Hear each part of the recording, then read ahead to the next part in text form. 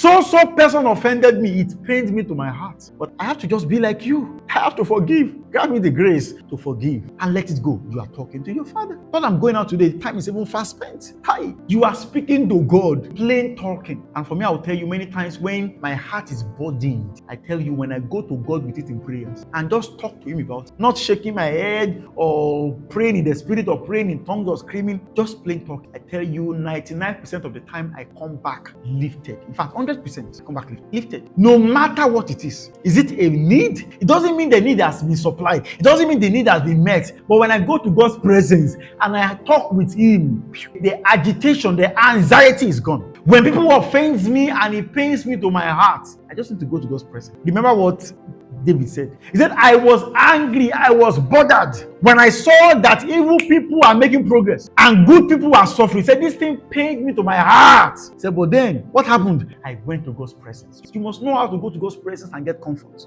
Many of you are angry and bitter and sad for no reason. It is clear that you have not been to the presence of God, because in His presence there is fullness of joy, and at His right hand there are pleasures forevermore. And no matter what, when you go to Him in prayers, you must come back with either of joy or of pleasure. If you were truly in His presence, the reason you come back and you are still bitter and you are still sad, wives should be keeping malice with their husband and they will still be praying. It is clear oh God, they were not in God's presence. They went for a religious rite, but they didn't get to God's presence, because when you get to God's presence, no matter what anybody has done against you, sir, when you get there, your heart will melt, because the joy and the pleasures there will make whatever it is they have done to you look small and insignificant. That big offense that looked as if, hey, see what he did against me, and you come to God's presence, then it begins to reduce, and now it looks so tiny that you can't even see it again. You need a microscope to now see it. So understand that the primary purpose of prayer is to fellowship with God. Many people spend more time fellowship with demons. They are more at home praying 50 prayer points against all the witches and wizards of their lives, but not spending time with God. You are meant to come to talk to God, but here you are casting out demons, rebuking evil spirits, and you have not really said any word to God. You have not even said good morning. Binding and casting. I'm not saying it's wrong to bind and cast, but I'm saying the fundamental of prayer is what? To speak to God.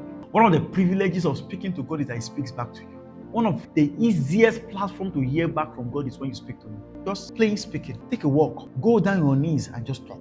Take a stroll and just talk. Christians, you need to learn this. Now, in this kind of prayer, you are not shouting. I think I need to touch on vain repetition now. Hallelujah. When you are addressing God, don't address God as if He is not listening. Address Him as if you are speaking to somebody who is listening and who can respond. And sometimes you can even talk and then wait for like a feedback and meditate and see what He would say to you. Say, I will stand upon my watch. I will hear what He will say to me. Hallelujah. And if you spend time with God, indeed, you become more like Him. Because He will rebuke you, He will instruct you, He will guide you. Prayer as a relationship. Number 2, prayer as a need. Now, the backbone of your prayer must be relationship, because God must be the end, and for eternity, you will continue to relate with God. So, it's the beginning, the middle, and the end of prayer. Eventually, in heaven, we will continue to have fellowship with God.